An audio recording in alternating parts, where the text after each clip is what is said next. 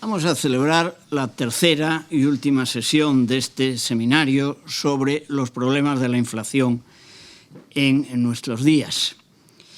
Recuerdan ustedes, los que nos hayan seguido, en la primera sesión se presentaron las predicciones del Institute of International Monetary Research de Londres. En la segunda se dio una versión neo-keynesiana y se debatió esa versión neo-keynesiana del problema. En la sesión de hoy vamos a ver qué tienen que hacer los bancos centrales. La ventaja de que este seminario haya durado algunas semanas es que hemos podido ver cómo ha evolucionado la inflación. Y de la idea que todavía se utilizaba cuando tuvimos la primera sesión de que esto de la inflación iba a ser una cosa temporal y que en el primer trimestre del 2022 de este año iba a darse la vuelta, iba a reducirse las tasas, pues parece que los hechos no lo han confirmado. Entonces tenemos aquí una serie de problemas a plantear. Realmente, ¿por qué se está produciendo esto? ¿Qué deben hacer los bancos centrales? Y todo esto, además, en un mundo en el cual la política de los bancos centrales se ha convertido en algo muy importante, no solo para la política monetaria, sino para las políticas de recuperación, en especial tras la última crisis. Muchos economistas en toda Europa en estos momentos estamos, yo también estoy en el tema, debatiendo el problema institucional de las reglas de sostenibilidad fiscal y estabilidad presupuestaria en la Unión Europea. Y vemos que hay algunos economistas que están metiendo también a los bancos centrales y a su política dentro de este debate. Por lo tanto, los temas son interesantes y son importantes en estos momentos. El propósito de los próximos 30 minutos, por mi parte, va a ser ofrecerles un marco de ideas básicas, de teoría monetaria básica, para poder comprender qué nexo vincula el dinero, a la cantidad de dinero de una economía, la tasa de inflación y la actuación de un banco central, de la política monetaria, en definitiva. Sin ese marco teórico es muy difícil comprender muchas de las cosas que están sucediendo respecto a la tasa de inflación en los últimos tiempos, o que no ha sucedido durante una década con la tasa de la inflación, o comprender, en definitiva, qué papel debería o no tener un banco central respecto al fenómeno de la estabilidad de los precios. El objetivo, por tanto, es el que ustedes ven aquí en pantalla, básicamente, y la conclusión a la que voy a intentar llegar tras este repaso teórico es, más que una conclusión, va a ser un par de preguntas y que van a consistir básicamente en resaltar hasta qué medida los bancos centrales están o no cumpliendo con lo que entendemos los economistas que es su mandato fundamental. Y por otra parte, plantearnos también qué deberíamos hacer a partir de ahora respecto a lo que está sucediendo en los últimos tiempos y se comentará. ¿Qué es lo que vamos, en consecuencia, a hacer a partir de este momento en esta intervención? Pues les voy a recordar algo tan elemental como la ley de la oferta y la demanda. Los economistas, creo que la primera cosa que aprendemos es la ley de la oferta y la demanda, y los no economistas, aunque no lo sean, en general, todo el mundo percibe con claridad qué es eso de la oferta, la demanda, su interacción y el precio. Para nadie es de extrañar que a mayor abundancia de un bien, el precio, lo que llamamos precio relativo los economistas, pues descienda tarde o temprano y que a mayor escasez ocurra lo contrario. De modo que esta idea, que es tan intuitiva, tan sencilla, tan percibida en nuestra vida corriente, es aplicable a cualquier bien, a cualquier servicio, pero también es aplicable al dinero que es un activo, en realidad es muchas más cosas, es un medio de pago, también es una unidad de cuenta, sirve como unidad de cuenta. El dinero es un activo muy especial, muy particular. y muy importante en la vida de todos nosotros y en la propia literatura económica. El dinero, como todo objeto de transacción en la economía, tiene un precio relativo, un precio que nos permite expresarlo respecto a su alternativa, que son el conjunto de los bienes de una economía. Y el precio de ese bien, que en general lo llamamos los economistas valor del dinero, es el inverso de lo que los economistas también llamamos nivel general de precios. Bien, ¿y por qué vamos a hablar del nivel general de precios? ¿Por qué vamos a hablar del dinero? ¿Por qué vamos a hablar de todo esto? Pues vamos a hablar de todo esto porque la inflación, que es al fin y al cabo lo que nos preocupa, lo que motiva la reunión de hoy, la inflación es un fenómeno que tiene que ver con la evolución del nivel general de precios. La inflación es un fenómeno que cuando se produce básicamente consiste en un ascenso, en una subida generalizada del precio de los bienes y servicios, es decir, tiene un carácter general respecto al conjunto de bienes de una economía y además es un fenómeno que para que sea calificado como tal y como los economistas lo entienden, tiene que ser un fenómeno que presente sostenibilidad, que presente permanencia. Es decir, que no tenga una naturaleza transitoria o temporal. Cuando estamos ante una subida generalizada y sostenida de precios, es cuando los economistas a eso lo llamamos el problema de la inflación. Una variación transitoria del nivel general de precios de un periodo a otro no sería exactamente un problema tal y como nosotros lo vemos. Es verdad que cualquier variación del nivel general de precios se traduce en una variación de la tasa de inflación, eso es cierto, pero no necesariamente una subida de la tasa de inflación significa que estamos ante un problema inflacionista propiamente dicho. Digamos, hablando en términos analíticos, que la subida de la tasa de inflación es condición necesaria para hablar de un problema de inflación, pero no es suficiente. Cuando las cosas parecen apuntar a que esa subida generalizada de los precios va a ser sostenida, es cuando los economistas nos empezamos a preocupar. Y da la impresión que estamos viviendo unos tiempos en que empezamos casi todos a preocuparnos por el hecho de que lo que parecía que era una variación transitoria de la tasa de inflación en los últimos meses, pues empiece a transformarse en una variación sostenida y, por tanto, estemos verdaderamente ante un problema de inflación a tratar. Por tanto, la motivación por la que vamos a hablar del dinero y su valor, que es en definitiva el inverso general de precios, es precisamente porque la inflación consiste, en otras palabras, en un proceso de caída sostenida del valor del dinero. Los economistas, cuando hablamos de inflación, pensamos básicamente en un proceso de revisión a la baja del valor del dinero. Claro, para entender entonces qué es la inflación, habría que entender qué determina el valor del dinero. Y para entender qué determina el valor del dinero, deberíamos entender qué es lo que determina, en definitiva, el nivel general de precios. Este es el esquema conceptual del que yo voy a partir en el día de hoy para servir de marco a la discusión que posteriormente se pueda aquí desarrollar. Bien, para ello lo que vamos a hacer es, recordado esto que acabamos de decir de la ley de la oferta y la demanda, lo que vamos a hacer es aplicarlo al dinero. Y, naturalmente, vamos a hablar de la oferta, por un lado, del dinero y, por otra parte, de la demanda. Lo de la oferta de dinero es algo no demasiado complicado de entender, pero sí conviene recordar qué es eso que los economistas llamamos oferta monetaria. La cantidad total de una economía se puede medir de formas muy distintas.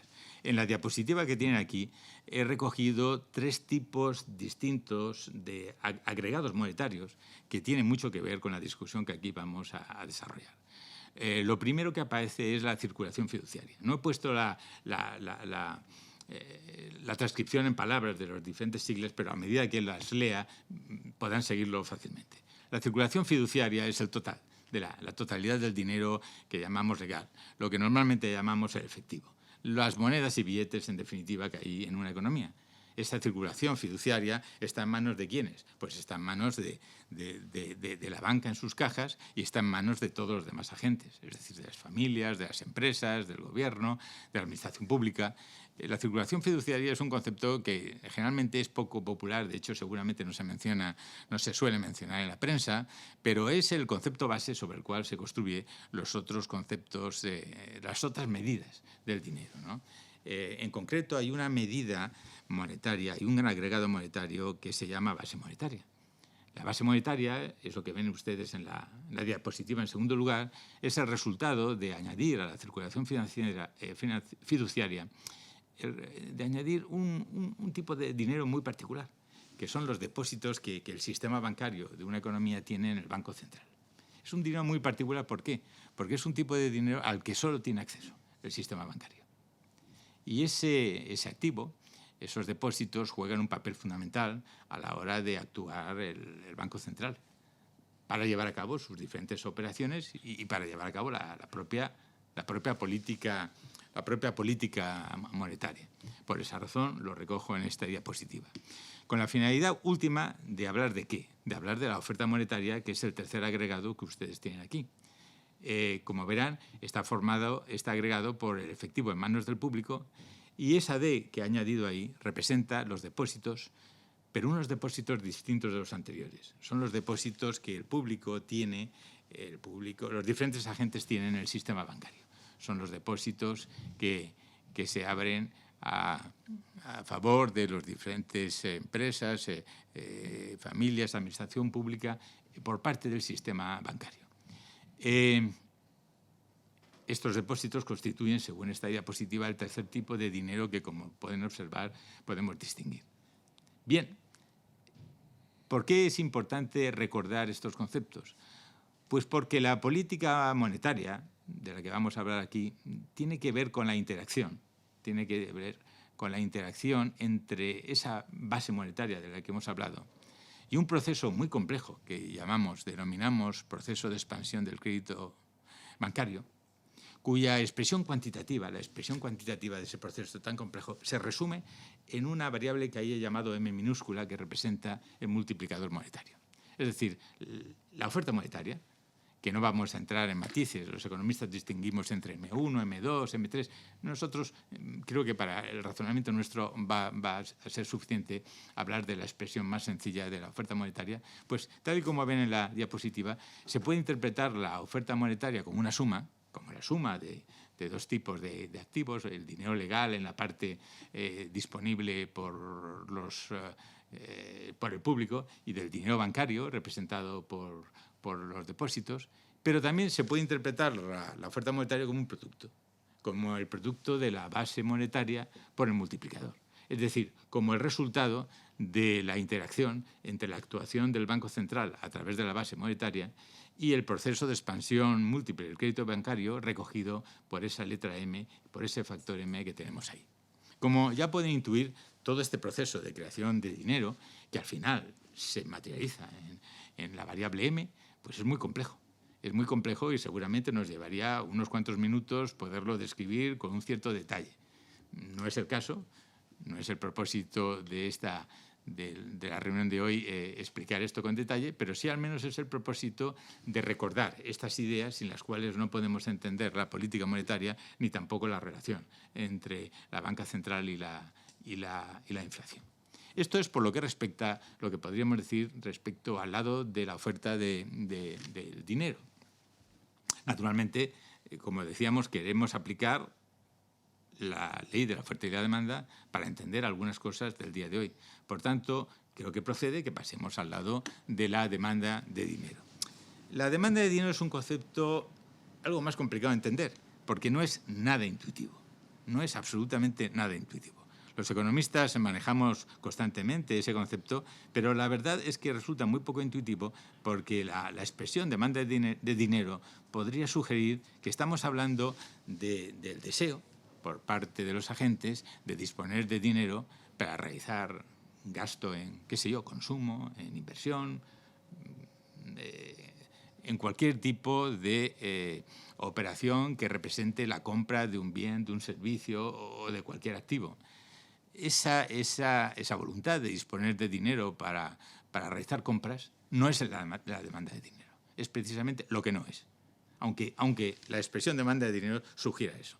Cuando los economistas hablamos de demanda de dinero, no nos referimos, por tanto, a la demanda de crédito, que es lo que acabo de comentar. No. La demanda de dinero es el deseo de materializar nuestra riqueza en forma de dinero.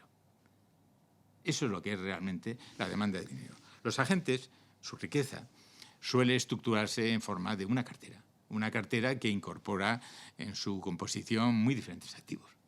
Además del dinero, bonos, acciones, títulos de deuda pública, en fin, son muchos los activos que pueden formar parte de la cartera. Activos de tipo financiero, como los que acabo de mencionar, pero también activos de tipo real. Al fin y al cabo, nuestra casa o nuestro coche son activos. Se pueden también interpretar como bienes de consumo duradero, pero son activos, en definitiva, y podría interpretarse que forman parte de nuestra cartera. En realidad, la cartera de cualquier agente... cuando hablamos de cartera nos referimos a la composición de nuestra riqueza. En definitiva, puede ser muy amplia. Bueno, pues uno de los epígrafes en el que se puede materializar esa cartera o esa riqueza es el dinero.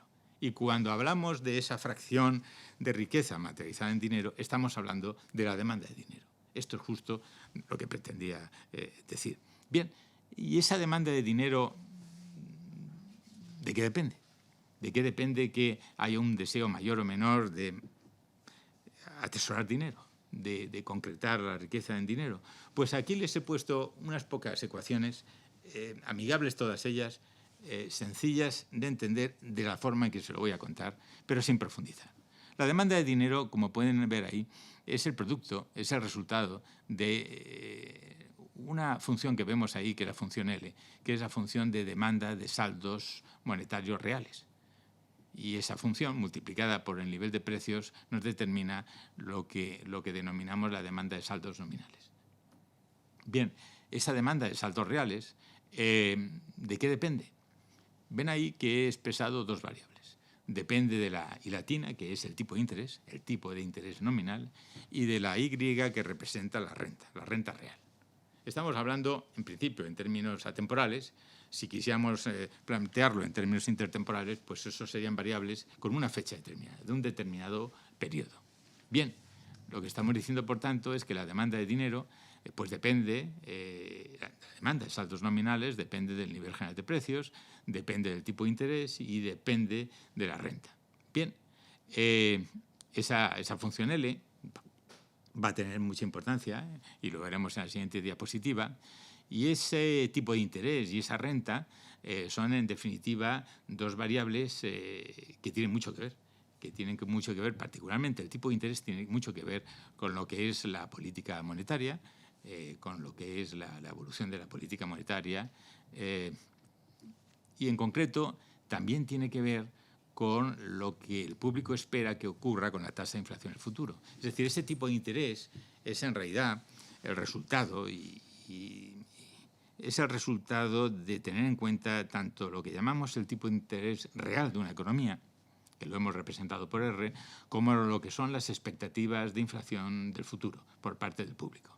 Es decir, en la medida en que los agentes esperen que suba la tasa de inflación, pues acabará repercutiendo en el tipo de interés nominal. Por el contrario, si existe la creencia generalizada de que la inflación futura va a ser baja, pues entonces eso ayudaría a que el tipo de interés pudiese ser bajo. Del mismo modo, otra variable que influye en el comportamiento del tipo de interés nominal es el tipo de interés real. Si en una economía se ahorra mucho respecto a la inversión, pues podría suceder que el tipo de interés real fuera bajo y, en consecuencia, el tipo de interés nominal también. Claro, si en una economía o en el conjunto de las economías o en la economía del planeta hubiera un volumen de ahorro suficientemente importante respecto a la demanda de inversión, pues podría suceder que el tipo de interés real fuera bajo. Si, por otra parte, el público en general de los diferentes países compartieran cierta confianza en que el nivel general de precios va a ser relativamente estable o no va a crecer mucho de cara al futuro, pues también eso nos llevaría a una situación de tipos de interés bajos. Es decir, que detrás de un tipo de interés bajo pues puede haber tanto un fenómeno que tiene que ver con la relación entre el ahorro y la inversión de una economía o bien un fenómeno que tiene que ver con las expectativas. Una cosa relativamente mágica porque depende de muchas cosas, pero entre otras, las expectativas de inflación dependen del grado de credibilidad que nosotros tengamos respecto a los anuncios que los bancos centrales hacen. Eso es un tema importante. Ustedes habrán visto que de vez en cuando los bancos centrales anuncian cosas que dicen que van a hacer. Parte del valor de esos anuncios va orientado a lograr que esa tasa esperada de inflación sea baja. Y, por tanto, ya veremos por qué eso puede ser beneficioso desde el punto de vista inflacionista. Estas dos variables que determinan a su vez el tipo de interés nominal verán que, por tanto, incorpora una variable pi, que esa pi es la tasa de inflación. La he puesto ahí simplemente para que vean cómo calculamos la tasa de inflación. Simplemente ese precio que creemos que se va a alcanzar en un periodo futuro, lo hemos llamado P super E, menos el precio actual, dividido todo ello por el precio actual. Eso es lo que los economistas llamamos tasa de inflación. Técnicamente hablando, eso es una tasa de crecimiento del nivel general de precios, que lo estamos representando mediante la letra P. Muy bien, y todo esto, desde el punto de vista del comportamiento de la demanda de dinero, ¿qué papel juega? Bueno, pues juega el papel básicamente el siguiente. Si por alguna razón el tipo de interés cayera o se mantuviera bajo, pues se produciría una expansión de la demanda de dinero, por la razón que fuera.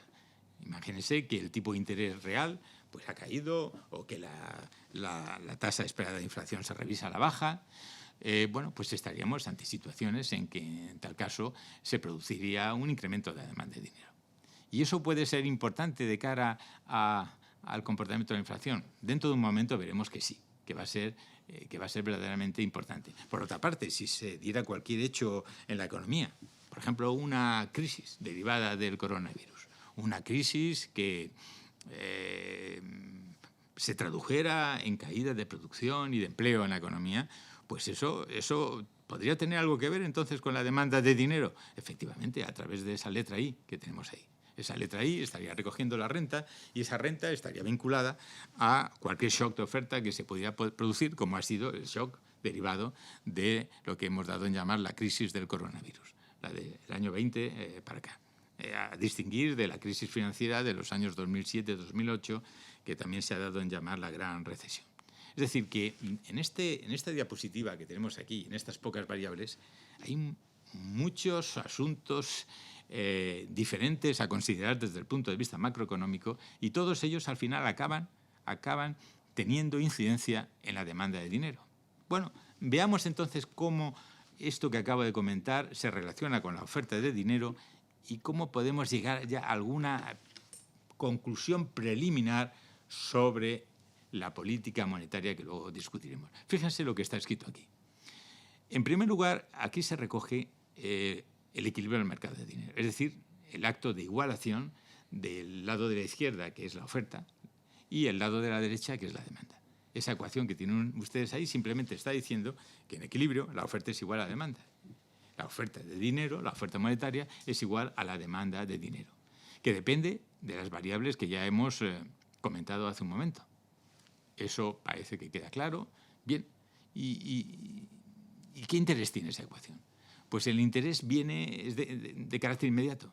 Si se despeja la letra P que tienen ahí, fíjense qué ecuación tenemos.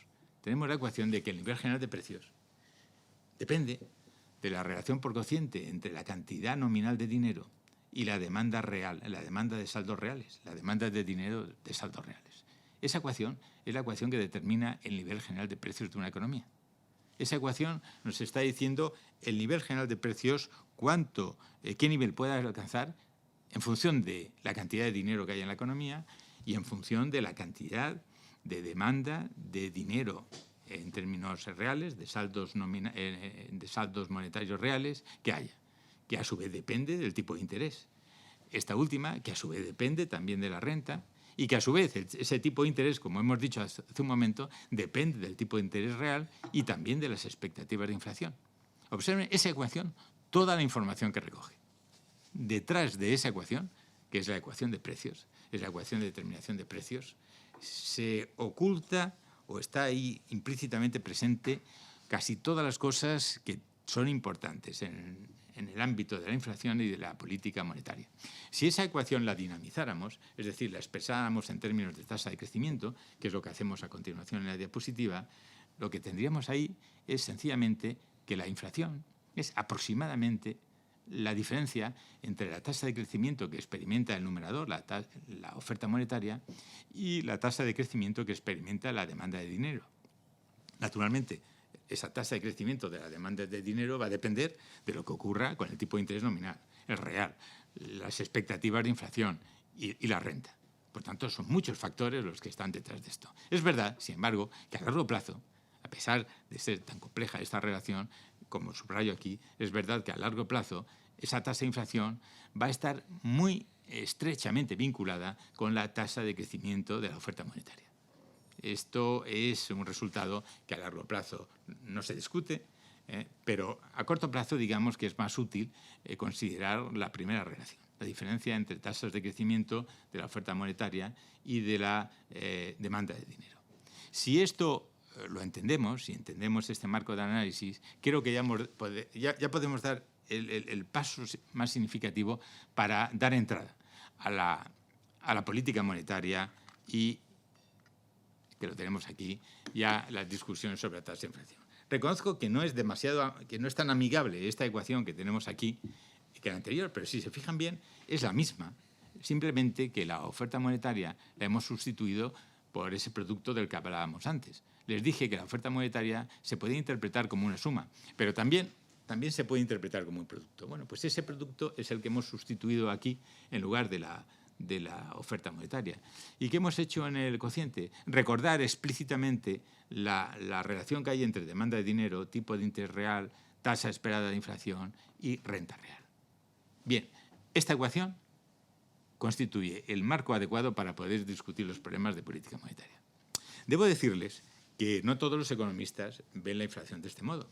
No todos los economistas ven la inflación como lo que hace un momento hemos visto. Es decir, si nosotros volvemos atrás, fíjese lo que se desprende de todo lo que ahí está escrito. Lo que se desprende es que el nivel general de precios y su evolución, la tasa de inflación, depende tanto de la oferta como de la demanda de dinero. Por tanto, ¿eso qué quiere decir? Que la inflación es un fenómeno monetario. ¿En qué sentido? Pues en el sentido de que la inflación no se puede explicar si no recurrimos a esos dos conceptos de oferta y demanda de dinero. Es un fenómeno monetario, en definitiva. Es un fenómeno monetario el nivel general de precios y también es un fenómeno monetario su evolución, la tasa de inflación. Esta perspectiva, que es la perspectiva, digamos, ortodoxa, clásica, tradicional en el pensamiento económico, bueno, no es la única que los economistas utilizan. Es la que yo empleo, es la que es coherente con la microeconomía que aprendemos los economistas y es, digamos, la tradición ortodoxa en el tratamiento de la inflación, que data de, bueno, se remonta a la escuela de Salamanca. En realidad, los españoles, los monjes españoles algo, los frailes españoles algo tuvimos que ver con esa, no nosotros, sino nuestros, evidentemente,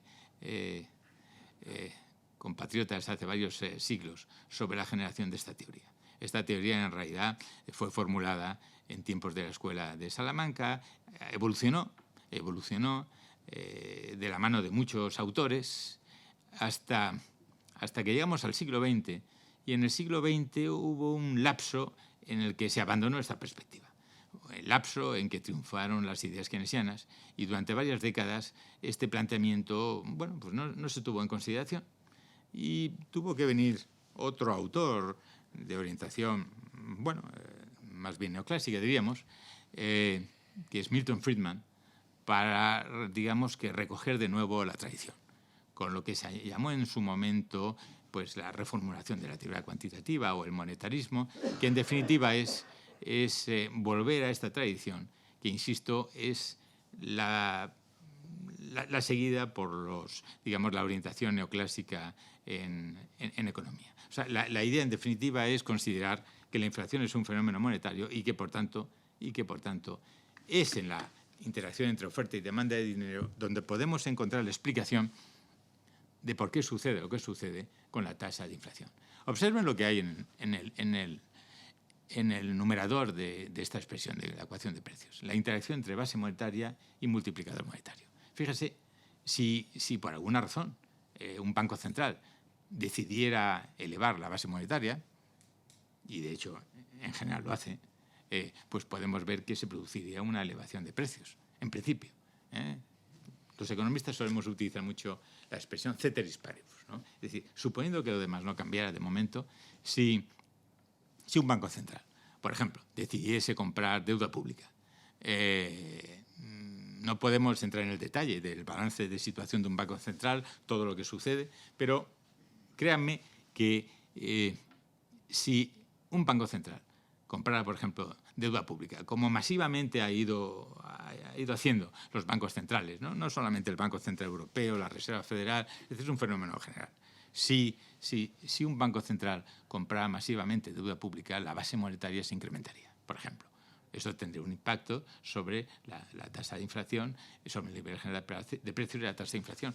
Es verdad que si esa compra masiva, por ejemplo, de deuda pública, se produjera en un momento en que quizá ese multiplicador monetario se hubiese reducido, se hubiera revisado a la baja, imagínense que se produce una crisis financiera y bancaria.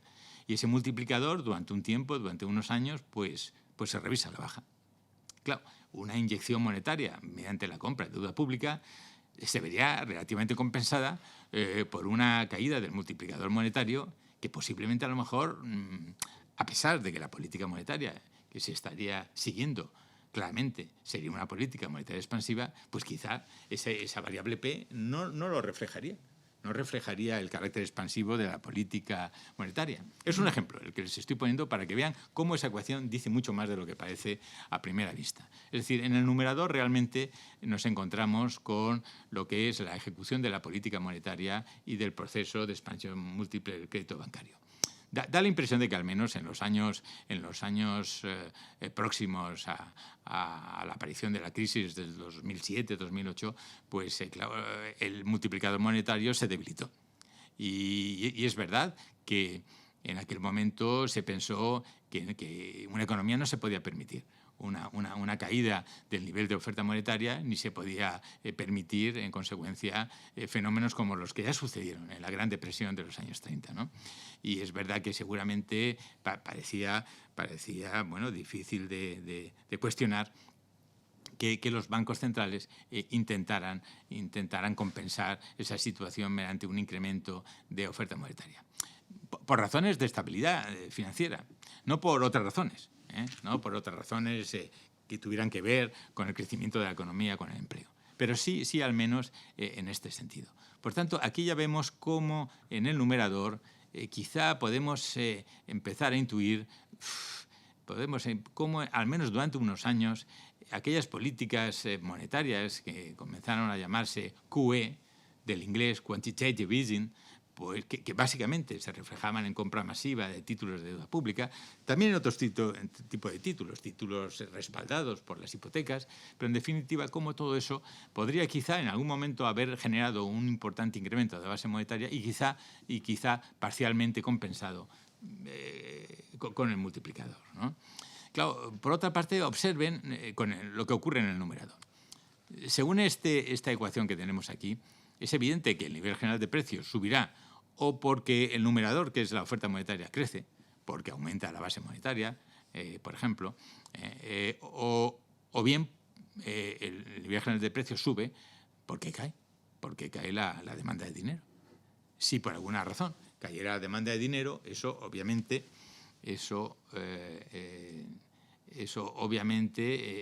estimularía el nivel general de precios, ¿no? Fíjense que en el caso de las operaciones de las que antes estábamos hablando, esa compra masiva de títulos de deuda pública, los economistas a eso lo llaman normalmente políticas de mercado abierto, open market operations, ¿no? Políticas de mercado abierto, digamos que lo que ahora se llama quantitative easing, o se ha dado en llamar, es una generalización de las operaciones de mercado abierto, generalización que abarca muy diferentes tipos de títulos, no necesariamente los títulos de deuda pública a corto plazo. Pero observen que ese proceso de compra masiva de títulos de deuda, lo que originó en un momento dado, me dice que me quedan 5 segundos, 5 minutos. 5 minutos. Bien, segundos. Ese proceso que ahí tenemos, el que estaba comentándoles de la compra masiva de títulos de deuda pública, ¿qué implicación tendría? Si los bancos centrales compran masivamente deuda pública en el mercado de renta fija, lo que se produce es una subida de la cotización de la deuda y, en consecuencia, una caída del tipo de interés. Claro, esa caída del tipo de interés estimularía la demanda de dinero, evidentemente, en mayor o menor medida, depende de la elasticidad. ¿Eso qué quiere decir? Que si nosotros lleváramos a cabo una política monetaria expansiva y, a pesar de serlo, la propia operatoria que estamos siguiendo indujera reducciones del tipo de interés, pues eso, en cierto modo, se vería compensado por un aumento de la demanda de dinero que relativamente estabilizaría el nivel general de precios. Y quizá eso también explicaría que la tasa de inflación durante años no se ha manifestado claramente como la propia de un proceso inflacionista. Y por otra parte, fíjense en la letra Y de la que hemos hablado varias veces. Recuerden lo que ha pasado desde los años 20, desde 2020, la crisis del coronavirus, que básicamente en nuestro esquema, ¿en qué se concreta? En una caída de la renta real. Básicamente en eso. Es un proceso complejo también. Todo lo que ha sucedido con el coronavirus y sus consecuencias para la economía es muy complejo. Pero en nuestro análisis básicamente se concretaría en esa variable Y. ¿Qué ocurre si, como consecuencia del coronavirus, esa variable cayese? Pues obviamente, si esa variable cayese, se aumentaría claramente la demanda de dinero. Claro, ese fenómeno ocurre desde el año 2020. Bien. Si esa caída de la renta se produjese como se ha producido intensamente, en el caso español de un modo evidente, pues estamos hablando de una importante caída de la demanda de dinero y, por tanto, de un claro impacto en el nivel general de precios y, por tanto, de una subida de la tasa de inflación. Es decir, que con esa ecuación quizá podríamos dar cierto sentido a lo que ha pasado con la tasa de inflación a lo largo de la última ampliamente considerada década. Es decir, ha habido una etapa con una política monetaria claramente expansiva, no reflejada suficientemente en la tasa de inflación y, sin embargo, recientemente hemos asistido a un claro incremento de la tasa de inflación desde la crisis del coronavirus. ¿Se puede todo eso entender con esta ecuación? Pues parece que sí. Parece que sí se puede entender.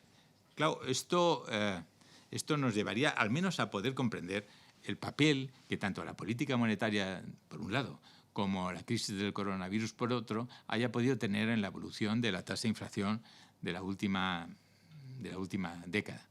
Y por tanto, entender por qué a tantos años seguidos de una relativamente estable y baja tasa de inflación le ha seguido una tasa de inflación realmente mucho más alta, ¿no?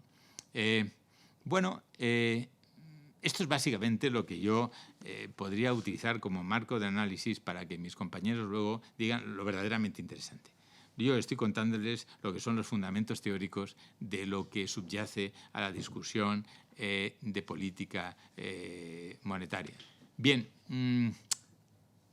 como me queda creo que un segundo, voy a intentar acabar. Dicho esto, claro, alguien se preguntará, bueno, y todas estas políticas monetarias que se han ido siguiendo de corte expansivo, que no han dejado de ser de corte expansivo, complicadas por la crisis del coronavirus, todo eso realmente, y que parece que se va a traducir claramente en un proceso de inflación en un futuro inmediato, ¿todo eso tiene sentido? ¿La actuación de los bancos centrales tiene sentido? ¿Esa política de creación de base monetaria sistemática tiene sentido? Bueno, pues la verdad es que según cómo se vea. Realmente, si nosotros creemos que un banco central debería preocuparse básicamente por la estabilidad del valor de lo que controla, que es el dinero, si su mandato fundamental consideramos que es la estabilidad de los precios, pues no parece que tuviese sentido lo que se ha ido observando con la política monetaria. Da la impresión que los bancos centrales pues, se han olvidado relativamente de lo que es su mandato fundamental y se han preocupado mucho más de activar el nivel de producción de una economía, de enfrentarse al problema del desempleo o simplemente de financiar el gasto público. O simplemente de ayudar a la financiación del gasto público, facilitando la compra de la deuda pública emitida para financiar tal gasto. Posiblemente lo que ha ocurrido en los últimos años nos hace dudar claramente sobre el funcionamiento de los bancos centrales respecto a su mandato fundamental. Es verdad que los bancos, según el Banco Central que consideremos, no tiene solo ese mandato, el de la estabilidad de los precios. Por ejemplo, la FED tiene también el empleo. Pero también sabemos los economistas que con un solo instrumento no es posible. No es posible intentar lograr objetivos diferentes. Y, por tanto, eso significa que el logro de uno de los objetivos normalmente implica el sacrificio del otro. Y que seguramente hemos sacrificado la persecución de la estabilidad de los precios en favor, quizá, pues posiblemente, de ayudar a los gobiernos a generar el gasto que han generado frente a la estabilidad esperada por parte del público, del creador, el monopolio del dinero, de estabilizar su valor. ¿Qué se puede hacer a partir de ahora? Pregunta final. Bueno, yo creo que las cosas están bastante claras. Y están bastante claras, entre otras cosas, porque los propios gobernadores de los bancos centrales ya lo están diciendo. Llega el momento de dar un giro al sentido de la política monetaria. Se está diciendo por parte de la Reserva Federal, se está diciendo por parte del Banco Central Europeo. Parece que comienza a crecer la conciencia de que la política monetaria tiene que dejar de realizar esas compras masivas de activos, que en su balance tiene que empezar a reducir la importancia de los activos que hasta ahora ha ido acumulando, que tiene que empezar a reconducir la oferta monetaria y que posiblemente pues, hay que asistir a una etapa con tipos de interés evidentemente más elevados. Con tipos de interés más elevados como consecuencia de esta revisión de la política monetaria. Es la única forma que los economistas entendemos que se puede revisar a la baja la tasa de inflación, asumiendo una política monetaria restrictiva y que se concreta en los términos que acabo de decir. Y bueno, creo que he terminado el tiempo disponible y nada más. Yo le he puesto este subtítulo a mi presentación, oferta monetaria entre paréntesis, porque quería resaltar una tendencia que lleva ya décadas, pero que en mi opinión se ha agudizado en los últimos años, de intentar, tanto desde el punto de vista teórico como también práctico, incluso los bancos centrales, difuminar el papel de la oferta monetaria en la inflación. Y de hecho, cuando oímos hablar de las causas de la inflación, pues seguro que eso nos suena los cuellos de botella, los precios de la energía, los precios del gas, los precios de los alimentos, pero rara vez oímos hablar de que la oferta monetaria influye en la inflación. Por eso esos interrogantes que están muy vinculados a la intervención del profesor Febrero. Voy a dividir mi breve intervención, en una parte en la que vamos a echar una ojeada a los datos con nuestras gafas, ¿no? Vamos a ir buscando aquellos hechos que consideramos fundamentales para entender lo que está ocurriendo ahora. Y también servirá un poco de complemento de la intervención del profesor Febrero. Muchas de las cosas que nos ha contado vamos a verlos en los datos. Y también nos vamos a aprovechar, en el buen sentido, de los fundamentos teóricos que hemos... Lo que no me voy a hacer es atrever a competir con el inglés, con el perfecto acento inglés del profesor Febrero cuando ha pronunciado lo de la relajación cuantitativa, ¿no? Lo dejaríamos en castellano. Claro, la primera pregunta es si tenemos un problema de inflación. Yo creo que está despejado. Esto lo podíamos haber planteado hace un par de meses. Hoy la inflación en Europa ha superado el 5%, el 5,1% estamos, en España el 6,1%.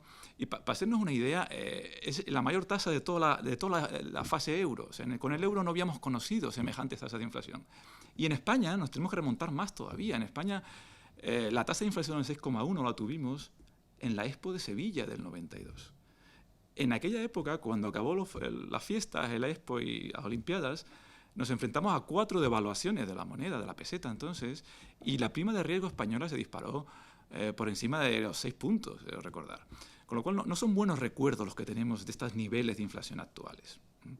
Sobre este gráfico que es conocido, es la evolución de la inflación medido por la variable que utiliza el Banco Central Europeo, que es el IPC armonizado de la zona euro, pues me gustaría destacar dos hechos, ¿no? Uno es el otro pico que hubo. Yo creo que es muy importante. Llegamos al 4 y pico, no al 4,2, no al 5,1.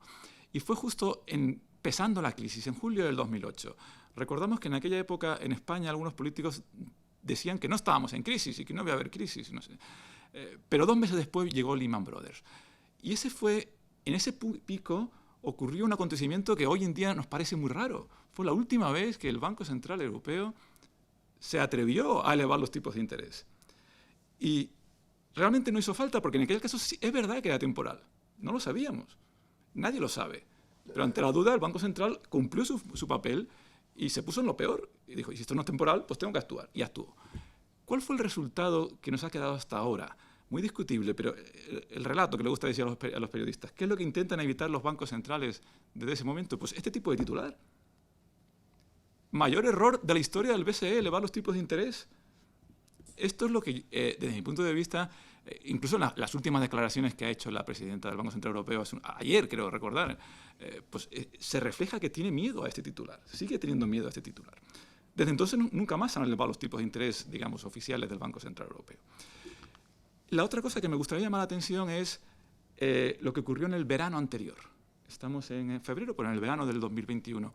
Ocurrió algo extraordinario en la política monetaria, y es que el Banco Central Europeo cambió su definición de estabilidad de precios. Y lo hizo en un momento en que la inflación estaba subiendo muy rápido, todavía estaba un poquito por debajo del 2%. Y a mí la señal que me transmite eso es muy, muy peligrosa, porque no creo que sea casual. Ya sabíamos que íbamos a superar el 2%, lo sabía el Banco Central Europeo, por supuesto, lo sabían pues, todos los analistas, y la impresión que da es que cambió la estabilidad de precios para tener más flexibilidad, para ganar tiempo. ¿Tiempo para qué? Para seguir haciendo las políticas que, por otras razones, él piensa que debería seguir haciendo. Y es mantener sus programas de compra de activos principalmente públicos, ¿no? Y para eso cambia la estabilidad de precios. No había pasado en 20 años. Es la segunda vez que ocurre, hay que decirlo. Pero casi había... Claro, la propia palabra estabilidad, sujeto a esto de que lo podemos cambiar de un día para otro, pues es un poco, digamos, delicado desde el punto de vista de las expectativas que genera en la credibilidad de nuestras instituciones. No digo que esta sea la interpretación, pero digo que da esa impresión, que no es casual que cambie justamente la definición de estabilidad de precios en ese momento. Para que nos entendamos, el objetivo pasa de ser de estar por debajo pero cercano al 2% a ser el 2%. ¿No? Entonces, bueno, esto no tenemos tiempo, aunque es muy interesante. Siguiendo la exposición del profesor Ferrero, vamos a centrarnos en la evolución de los agregados monetarios. He puesto en la línea roja, la de abajo, el balance del Banco Central Europeo, que se ha puesto muy de moda, el total del balance, desde las políticas estas de relajación cuantitativa. Y arriba la oferta monetaria. La relación entre las dos nos la ha contado muy brillantemente el profesor Ferrero, pues es el multiplicador monetario. El multiplicador monetario. Están en niveles absolutos los dos. Entonces, la relación evidentemente es clara, pero tenemos que tener en cuenta que en determinados momentos, y es muy especialmente, además se ha visto a lo largo de la historia, en crisis financieras, ese multiplicador monetario no es estable. Vemos ahí que se ha intentado elevar mucho por ejemplo, en el 2008, después del Lehman Brothers, y aquí tenemos, en su momento fue muy importante ese crecimiento. Ahí no se compraban activos, ahí se hacía la expansión del balance a través de lo que se conoció como barra libre a la banca, ¿no? Que el Banco Central Europeo concedía, sigue haciéndolo actualmente, toda la liquidez que la banca le pedía. Eso sí, con un colateral adecuado que incluso flexibilizó las exigencias de los colaterales, ¿no? De la deuda, de los activos que exigía, ¿no? Fijaros que hay otro momento importante que es ahí, es la famosa frase del anterior gobernador, lo que sea, haremos lo que sea. Claro, ese lo que sea, ¿cómo se interpretó en los mercados? Lo vemos en el grafiquito que ha aparecido arriba. Las primas de riesgo de las economías europeas se desplomaron. Ahí están representadas la española y la italiana. ¿Por qué? Porque lo que está es un aval implícito del Banco Central Europeo a la deuda pública. En el caso de que lo necesite, ahí va a estar el Banco Central Europeo comprando deuda. De momento no estaba haciéndolo, lo hacía de manera esporádica, pero no de manera... Se interpretó en los mercados como lo que es un aval implícito del Banco Central Europeo a la deuda pública y por lo tanto aleja la posibilidad o disminuye las probabilidades de quiebra soberana, ¿no? Y lo hizo en un momento en el que la expansión del balance no estaba teniendo efecto, lo vemos en el gráfico de arriba, ningún efecto prácticamente en la oferta monetaria. La oferta monetaria seguía plana y él intentaba... Los siguientes pasos que quería mencionar son el comienzo de los dos programas de compra de activos, el de la crisis financiera, el primero, por decirlo así, y el del COVID, que es el que ya pues se sale, digamos así, de los límites, diría yo, de lo razonable, aunque esto es discutible, ¿no? Y yo, la idea de esta intervención mía es que es diferente. La política es la misma, comprar deuda, pero es diferente aplicado en los dos momentos de tiempo, ¿no? En la crisis financiera y en el COVID, ¿no? Lo vemos en el siguiente gráfico donde ponemos la línea azul en tasas de crecimiento. La línea azul es la oferta monetaria medida por la M3, que es el principal indicador del Banco Central Europeo. Entonces, lo vemos que en la crisis financiera se desploma claramente el crecimiento de la oferta monetaria. E incluso llega a ser negativa. La base monetaria no. La base monetaria estaba creciendo. Estábamos dando barra libre a los bancos. ¿Por qué? Porque el multiplicador monetario se ha desplomado, porque han desaparecido mercados como el interbancario, porque las hipotecas no se dan créditos. Y eso ocurre en las crisis financieras. Entonces, ahí podemos entender, y se entiende bien, las políticas de compra de activos, como explicaba el profesor Febrero, simplemente para intentar compensar la caída de la oferta monetaria. Y, por tanto, dentro de argumentos plenamente encajables dentro de sus mandatos, pues es perfectamente explicable. También es verdad que hay otras explicaciones menos benignas para el Banco Central Europeo. Y lo vemos claramente en el gráfico con el siguiente comentario que vamos a hacer. En los primeros 5 años del euro, el Banco Central Europeo tenía la buena costumbre de, año a año, hacer público su valor de referencia para el agregado monetario que había elegido como principal medidor de la liquidez de la economía, la M3. Y todos los años lo fijaba en el 4,5. Eso es muy importante. No era un objetivo, porque en los años 80 se fijaban objetivos intermedios basados en crecimientos monetarios, pero quedó desprestigiado bueno, no vamos a entrar en ello ahora, si los argumentos eran buenos o no, pero hubo inestabilidades y entonces se suavizó, digámoslo así, la relación entre los agregados monetarios y los objetivos finales. Entonces, el Banco Central Europeo no quería fijar objetivos en términos de M3, pero quería darle importancia. Y lo que hizo fue, lo decía así, un indicador privilegiado, de tal manera que es el único indicador al que le fija un valor de referencia. ¿Y qué entendía el valor de referencia? Pues que si se cumplía, pues entonces era consistente, como se dice ahora, o compatible con sus objetivos de estabilidad de precios. Lo vemos que entre los primeros años la oferta monetaria siempre está creciendo un poquito por arriba, bueno, un poquito por abajo y tal. El problema de esto vino con la crisis.com, que en España, por ejemplo, no tuvimos esa crisis. Fue la única crisis en los últimos 50 años que ha habido en Europa, recesión en Alemania y en España no. En España seguimos bastante bien. Pero en Europa fue muy importante esa crisis por varias razones. Y una fue porque cambió la política monetaria, no solo en Europa, sino en Estados Unidos. Y entonces se relajó un poco la política monetaria y se creó bastante liquidez para enfrentarse a esa crisis y a sus efectos, ¿no? Tanto en España, como en Europa, como en Estados Unidos y en otros países. Muchos autores dicen que ahí está el germen de la crisis financiera posterior, porque esa liquidez, pues, con el tiempo, pues, dio lugar a esa inflación de activos que después, en la crisis, pues, digo, es una interpretación. Pero, entonces, ¿qué hizo el Banco Central Europeo en el año 2003? Y esto es muy relevante para lo que ha ocurrido. Hizo dos cosas. Primera, cambió la definición de estabilidad de precios y añadió el famoso cercano a. Antes era por debajo del 2% y ahí dijo por debajo del 2%, pero cercano al 2%. Lo cual es una manera de elevar la definición de estabilidad de precios. Y la segunda que dijo, bueno, a partir de ahora voy a dejar de publicar el valor de referencia de la M3. No lo explico muy bien, pero viendo el gráfico podemos entender por qué, porque pensaba que no lo iba a cumplir durante algún tiempo. Pero dejar de publicar no significa que no lo tuviera en presente. Y al trazar esa raya, vemos lo que ocurre cuando comienza el programa de activos. El primer programa de activos, esto no lo ha dicho el Banco Central Europeo, esto es una interpretación y puede ser otra. ¿Para qué está planteado según ese gráfico. ¿Ese gráfico qué nos puede decir? Pues nos puede decir que la oferta monetaria estaba creciendo muy poco. El Banco Central Europeo tenía intención de que la oferta monetaria creciera más. Lo había intentado con las políticas, digamos, de barra libre. Lo había conseguido a medias, pero no lo había conseguido. Y él tenía la pretensión de volver a que la oferta monetaria creciera en torno a su valor de referencia, que aunque no fuera público, posiblemente lo tenía en mente. Y tiene éxito. De acuerdo al gráfico, ese programa activo de compra de activos tuvo éxito. Fijaros que durante los años previos al COVID, prácticamente es que la oferta monetaria se mueve en el valor de referencia. Claro, esto no es una ciencia exacta y hay altibajos, pero todos los años antes del COVID, el 19, el 18, el 17, el 16, el 15, el 14 es cuando empieza esta política, estamos ahí. Con lo cual, ese valor de referencia tiene sentido, le da sentido al programa de compra de activos. Pero esto es totalmente distinto a lo que ocurre con el COVID. En el COVID, la oferta monetaria está creciendo en valores normales y por supuesto, en cuanto le vemos la base monetaria, pues como nos explicó el profesor Febrero, pues se va a disparar la oferta monetaria.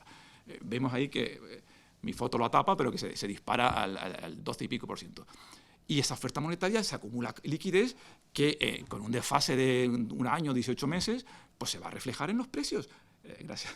Que es lo que, curiosamente, está ocurriendo ahora. ¿Y esto qué significa? Que no es una sorpresa que los precios crezcan ahora al 5,1%. En todo caso, son sorpresas negativas. Deberían haber crecido más. Haciendo el cálculo de cuánto estaba creciendo la oferta monetaria entre 12 meses y 18 meses en el pasado, la media es del 11 y pico, la ha hecho 11 y pico, le quitas el crecimiento real del PIB de 5,1 de la economía europea y nos queda un 5,8. Un 5,8 con este breve cálculo, pues es básicamente el 5,1 que está creciendo. O sea que no hay ninguna sorpresa en que tengamos, simplemente con factores monetarios, sin decir si los cuellos de botella o los precios del gas o nada, ¿no? Es verdad que los desfases no son siempre constantes, que son variables, etcétera, y esto es simplemente una aproximación, pero es una aproximación que hace cualquiera y el Banco Central Europeo seguro que lo ha hecho y por lo tanto no es una sorpresa las tasas de inflación que estamos experimentando ahora atendiendo factores puramente monetarios. No sé qué, perdón, pero al quitarla no funciona no sé si tiene que ver conmigo. Ahora, muchas gracias. Este gráfico es interesante, pero no nos da tiempo a analizarlo. Y me gustaría pasar a esta parte de mi intervención. En esta parte de mi intervención, simplemente en la parte de arriba está puesto el conocido mandato del Banco Central Europeo y yo planteo dos hipótesis totalmente tentativas que son compatibles con los hechos observados. No significa que sean las que son, pero que podrían ser compatibles. Entonces, fijaros, el mandato del Banco Central Europeo está muy bien diseñado desde el punto de vista de la teoría de juegos. Es exactamente lo que la teoría de juegos nos estaría demandando para ganar credibilidad a la política monetaria. ¿Y en qué consiste? Pues en una jerarquía muy clara. El objetivo es mantener la estabilidad de precios. Punto. Yo he puesto ahí un punto muy grande. Punto. Y después, sin perjuicio de lo anterior, podremos hacer otras cosas. Que pone ahí que están en el artículo 3. Pues ahí ponen el medio ambiente, empleo, crecimiento, bueno, un montón de cosas. Pero sin perjuicio de lo anterior. Sin perjuicio de lo anterior. El orden es lexicográfico. Primero la A y después la A. ¿Qué ocurrió con la famosa frase de Draghi de lo que sea, haremos lo que sea? Pues, desde mi punto de vista, gana peso la financiación de los estados. Es un matiz, añade un matiz, pero un matiz importante. No añade el matiz al mandato principal, añade el matiz al sin perjuicio de. Lo que está diciendo es algo muy humano, que en situaciones absolutamente excepcionales, en situaciones de crisis, podríamos temporalmente dejar en peligro, un poquito en peligro, el objetivo principal para centrarnos en este caso, financiar a los estados. Digo que es una interpretación, no digo y los datos de las primas de riesgo nos avalan esa interpretación. Si este fuese lo que estuviera persiguiendo realmente el Banco Central Europeo, entendemos perfectamente lo que hizo en esos momentos. Yo creo que esto no es preocupante, porque digo que es humano, que evidentemente los principios generales se pueden dejar en suspenso en algún momento extraordinario, pues como ha hecho la Unión Europea en el momento actual con las reglas fiscales, por ejemplo, ¿no? Pero lo preocupante es lo que pasa con el COVID. En el COVID se altera el orden jerárquico. Porque fijaros, lo que nos están diciendo, lo que nos dice el Banco Central Europeo en diciembre y lo que nos dice en enero es: nosotros vamos a continuar con nuestro programa de compra de activos como estaba previsto. Y eso significa que vamos a seguir comprando 40.000 millones, después 30.000 millones y después acabaremos el año 2022 comprando 20.000 millones. Y después, si hace falta, lo continuamos. Y cuando acabe ese programa, podríamos elevar los tipos de interés. Entonces, lo que está diciendo, primero, la financiación de los estados, y la mantenemos mientras que los estados necesitan financiación. Y cuando los estados ya no necesitan financiación, entonces nos ocupamos de nuestro mandato, que es la estabilidad de precios. Esto es una interpretación un poco, digamos, simplona y fuerte, pero es compatible con lo que está haciendo el Banco Central Europeo, porque es que lo dijo en diciembre con el 5%, lo ha vuelto a repetir en enero con el 5,1%, que, fijaros lo que están diciendo que hasta el 2023 no va a tocar los tipos de interés, que el profesor Febrero nos ha dicho que podría, mínimo, hasta el 2023 mínimo, si los estados lo necesitan, podríamos prolongarlo todavía un poquito más. Entonces, esto sería letal para la credibilidad del Banco Central Europeo si fuese esta la hipótesis. Yo no estoy diciendo que sea, digo que es compatible con los hechos, ¿no? Y fijaros, otra cosa importante aquí, es decir, las derivaciones de esta hipótesis, si es verdad, serían muy graves, ¿no? A lo mejor da para el debate, porque no tenemos tiempo para desarrollarlas, pero serían muy graves para el bienestar de todos los europeos. Porque ese hecho, ese logro fundamental que ha conseguido el Banco Central Europeo, que es anclar las expectativas, se puede poner en peligro. Y si ese ancla no es tan firme, sino que se desliza, eso afecta al bienestar de todos los europeos, ¿no? Para finalizar, voy a aprovecharme, esto digo que es lo que no nos da tiempo a ver, que serían las consecuencias de esa hipótesis, teoría de juego serían letales, pero a modo de conclusión voy a aprovecharme de este autor, de Melvin King, que fue gobernador del Banco de Inglaterra en la crisis, que él, en una conferencia que dio el año pasado, antes de este disparamiento de la inflación, podríamos decir, él decía que deberíamos, que la política monetaria reciente debería asistir a 4 funerales y a una boda, ¿no? Parafraseando la famosa película de Hugh Grant, ¿no? Bueno, un poco más pesimista que la película, porque la película eran 4 bodas, como recordamos, ¿no?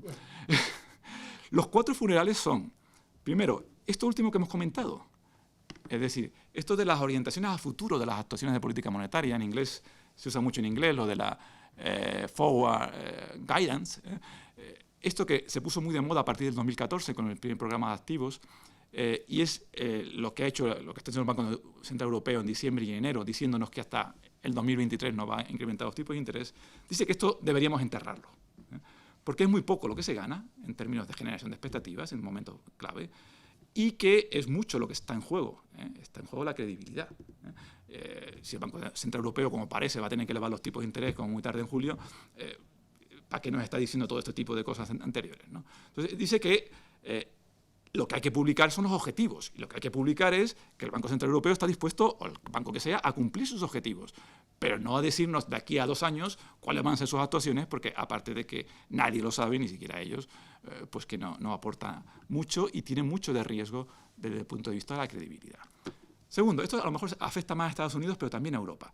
Esto de que los objetivos de inflación sean flexibles en términos medios, en términos de media, dice que también deberíamos enterrarlo. ¿Por qué?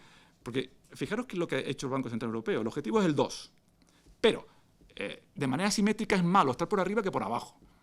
Da a entender que nos aproximamos a los Estados Unidos. Es decir, que a lo mejor si hemos tenido, como hemos tenido, una época de inflación 0, menos 0,4, pues podríamos sostener una inflación del 4, 4,5, porque en media estaríamos en el 2.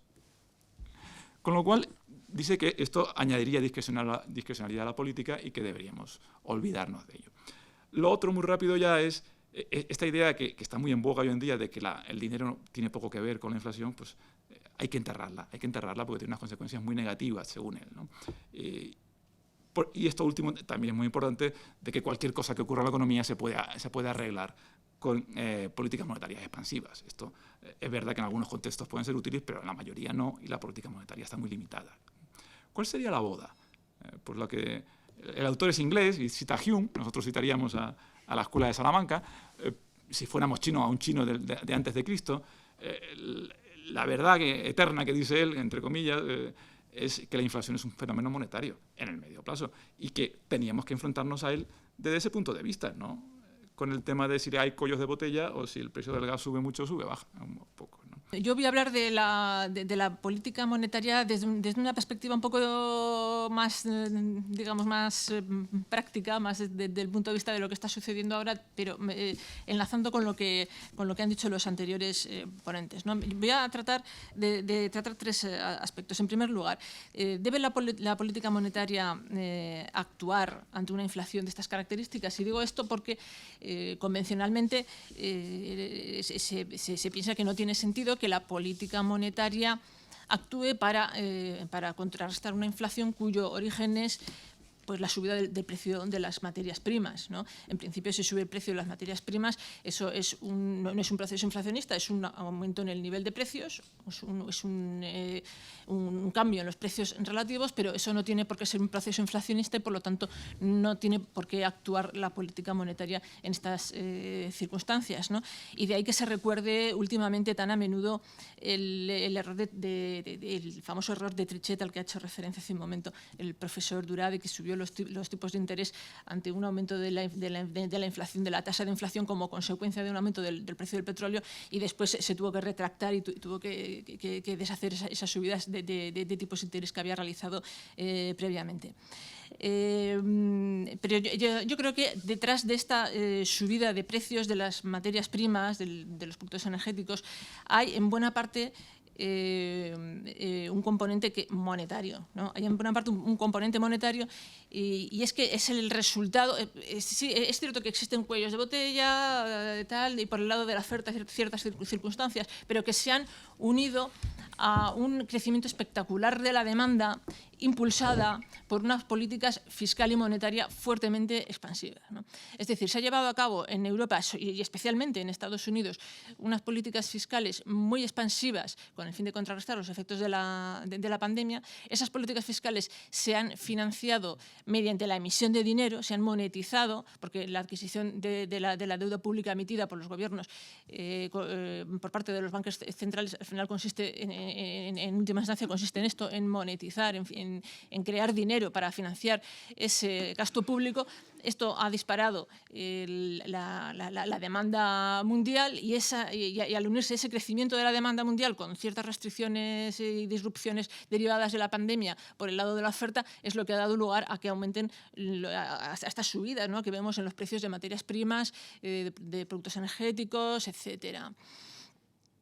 Entonces, desde este punto de vista, es en última instancia un fenómeno, la subida de precios que estamos observando es un fenómeno provocado por esa política monetaria ultra expansiva. Pero es que además estas subidas de precios de materias primas pueden acabar convirtiéndose, o estas subidas de precios en el IPC recientes, derivadas en primera instancia de las subidas de las materias primas, pueden acabar convirtiéndose en un fenómeno inflacionario persistente y duradero, ¿no?, distinguiendo aquí, como ha dicho el profesor Febrero, entre una simple subida de precios y un proceso inflacionario. Estas subidas de precios recientes pueden acabar convirtiéndose en un proceso inflacionario a través de una vía que fue muy habitual en los años 70, que es la vía de la generación de espirales salarios-precios. Es decir, los trabajadores tratan de recuperar la capacidad adquisitiva perdida exigiendo mayores salarios. Al aumentar los salarios, esto supone un incremento añadido de los costes de producción para las empresas, que tratan de repercutirlo incrementando nuevamente los precios, y al aumentar los precios otra vez se vuelve a exigir mayores crecimientos salariales, y se genera de esta forma lo que se conoce como una espiral salarios-precios. La materia prima para que esto sucediera sería que se incrementase la cantidad de dinero en circulación en la economía, porque, como han dicho mis antecesores anteriormente, en última instancia la inflación es un fenómeno monetario, y si no existe ese aumento de la cantidad de circulación en la economía, no existe la materia prima para que se produzca esta espiral salarios-precios, ¿no? Y esta materia prima pues existe, ¿no? Existe. Por lo tanto, Por lo tanto, efectivamente, la respuesta a la pregunta si debe actuar la política monetaria para contrarrestar la inflación con una inflación como la que estamos viviendo en estos momentos, pues es que sí, ¿no? Efectivamente debe de actuar, y además lo está haciendo de una forma excesivamente lenta, ¿no? Excesivamente lenta. Hasta hace solo 2 semanas el Banco Central Europeo no ha reconocido o seguía diciendo que estamos ante un fenómeno temporal y que no va a haber subidas, y descartaba completamente que fuera a haber subidas de tipos de interés este año, ¿no? El segundo punto al que yo quería referirme en mi intervención es a las dificultades a las que se puede enfrentar el Banco Central Europeo, concretamente más que la Reserva Federal, a la hora de endurecer la política monetaria ultraexpansiva que ha estado desarrollando hasta el momento, ¿no? Y es que vemos que es muy fácil abrir la puerta, ¿no? Iniciar este gran experimento que han sido las políticas monetarias de quantitative easing, de compra masiva de títulos de deuda por parte de los bancos centrales europeos, pero luego la salida puede ser más problemática. Luego podemos tener problemas importantes en la salida de este tipo de políticas, ¿no? En primer lugar, después de tantos años con tipos negativos y con adquisiciones de deuda, porque hay que recordar que efectivamente las compras de deuda no se iniciaron con la pandemia, ya venían de antes, ¿no? Esa política de compra de títulos de deuda pública ya se había iniciado en los años anteriores, ¿no? Y este periodo de tiempo tan prolongado con tipos de interés negativos y compras de deuda han generado muchas burbujas en los mercados financieros, en muchos activos. Y cuando se cierre el grifo de la liquidez, cuando deje de seguir suministrando toda esa cantidad de liquidez al sistema, se puede generar una gran inestabilidad en los mercados financieros, caídas importantes en los precios de activos, huidas, por lo tanto, en situaciones de inestabilidad, de caídas de los activos, se producen huidas hacia la seguridad y, por lo tanto, subidas en las primas de riesgo, ¿no?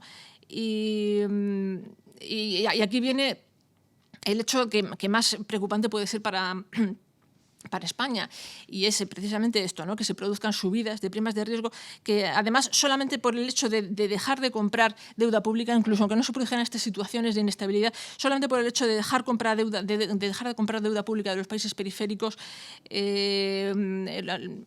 estos países periféricos, entre ellos España, Italia, nos podemos encontrar en serios apuros, porque hasta ahora, desde que se inició la pandemia, toda la deuda pública neta emitida por España ha sido adquirida por el Banco Central Europeo. Es decir, que no sabemos realmente cuál es el precio de mercado de los títulos españoles, ¿no? Y entonces, en el momento en que el Banco Central Europeo retire esa demanda, deje de comprar, pues entonces veremos cuál es realmente su precio de mercado. Entonces se empezará a valorar la prima de riesgo auténtica que hay detrás de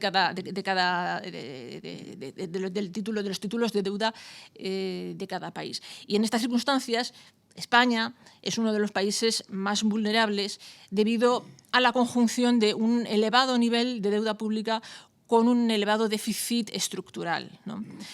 Y digo la conjunción entre ambas cosas porque solo el hecho de un elevado nivel de deuda pública, desde mi punto de vista, no tiene por qué ser peligroso si al mismo tiempo está controlado el déficit estructural, porque en esas circunstancias la deuda estaría en una senda de sostenibilidad. Es decir, decimos que la deuda pública está en una senda de sostenibilidad si la ratio deuda en relación al PIB es descendente, ¿no? Va descendiendo a lo largo del año. Y, sin embargo, entramos en una senda de insostenibilidad cuando la ratio deuda pública sobre PIB es creciente, ¿no? Va creciendo año tras año, ¿no? Entonces, si el déficit estructural está controlado, aunque tengamos un nivel de deuda en relación al PIB elevado, su tendencia va a ser descendente y, por lo tanto, puede estar en una senda de sostenibilidad, de ser controlable y de ser manejable.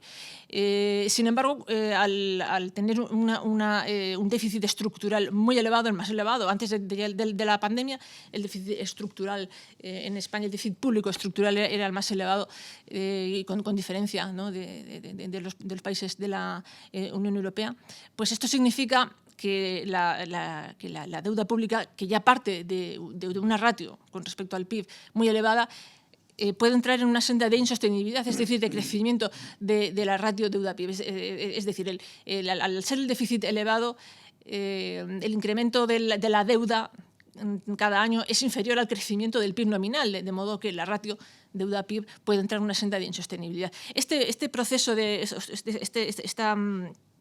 esta senda de insostenibilidad puede estar un poco camuflada al principio, en este año, en 2022, 2023, puede estar un poco camuflada debido a, por una parte, el efecto de rebote del PIB, que después de haber caído mucho en 2020, ahora en 2021 y en 2022 experimentará un crecimiento intenso por ese efecto rebote, es decir, por la vuelta a la normalidad de muchas actividades económicas tras haber sido artificialmente paralizadas en 2020. Esto supone un crecimiento intenso del PIB por ese efecto rebote, ¿no? Y por otra parte, otro efecto que puede camuflar este efecto sobre la sostenibilidad sobre la senda de sostenibilidad de la deuda son los fondos europeos, ¿no? Si efectivamente se gasta toda la cantidad de fondos que se va a recibir, esto supone un impulso importante al crecimiento del PIB. Puede aportar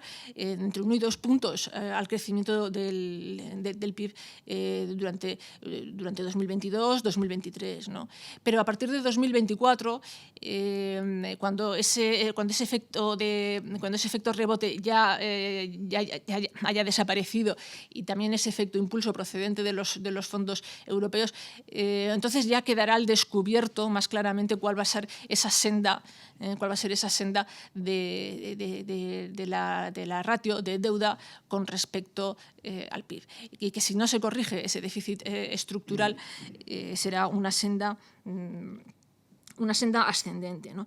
Y como consecuencia de ello, en el momento en el que el Banco Central Europeo deje de comprar deuda pública española y de otros países periféricos como Italia, pues nuestra prima de riesgo se puede disparar, ¿no? Nuestra prima de riesgo puede dispararse, podemos llegar incluso a sufrir una crisis de deuda como la que ya sufrimos en 2012. Y esto puede limitar la capacidad de actuación del Banco Central Europeo, ¿no?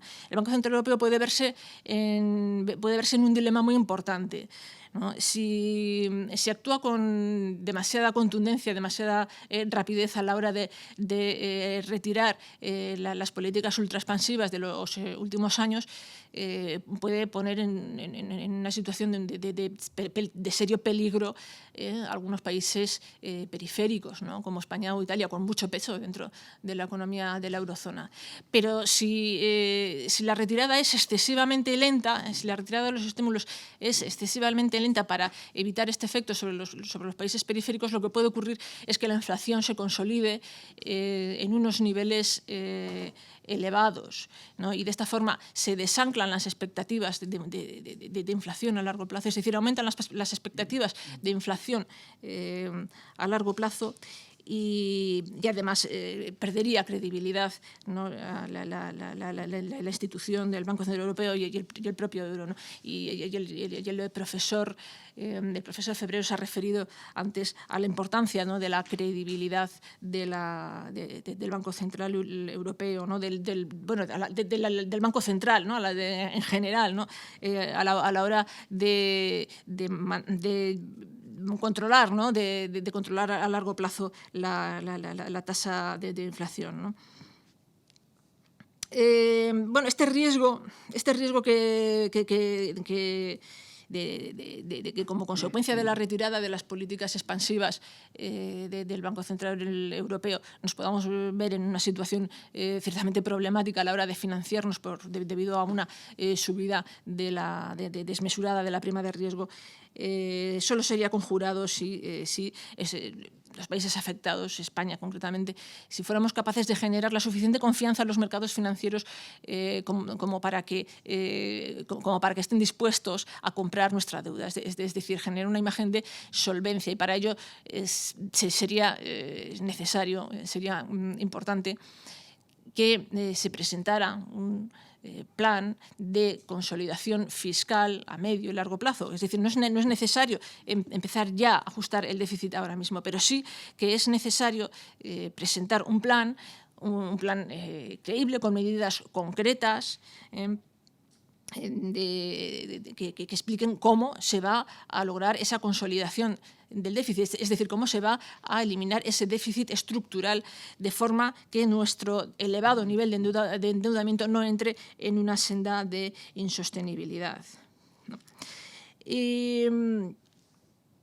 Y bueno, finalmente, con respecto a una mención sobre cuál puede ser el impacto sobre la economía del endurecimiento que se avecina de la política monetaria europea. Bueno, en primer lugar hay que decir que no estamos hablando de que se va a poner en marcha una política monetaria restrictiva, ni mucho menos. No estamos hablando de poner los tipos de interés en el 5%, estamos hablando de que el Banco Central Europeo va a dejar progresivamente de comprar deuda y después puede pasar de unos tipos negativos a cero o ligeramente positivos. Es decir, estamos hablando todavía de una política monetaria expansiva, de pasar de una política monetaria ultra expansiva a una política monetaria expansiva. No tenemos todavía en absoluto en mente que la perspectiva vaya a ser de una política monetaria realmente restrictiva, ¿no? Sin embargo, el impacto sobre la economía dependerá mucho de cuál sea la reacción del mercado ante el final de las compras de deuda pública por parte del Banco Central Europeo, en relación a lo que acabo de comentar. Es decir, si se produce una pérdida de confianza, una inestabilidad, en turbulencias en los mercados financieros que den lugar finalmente a una subida importante de las primas de riesgo, esto sí que podría generar un efecto, sí que podría frenar, ¿no?, la recuperación de la economía, sí que podría tener un efecto restrictivo muy importante sobre el crecimiento económico, ¿no?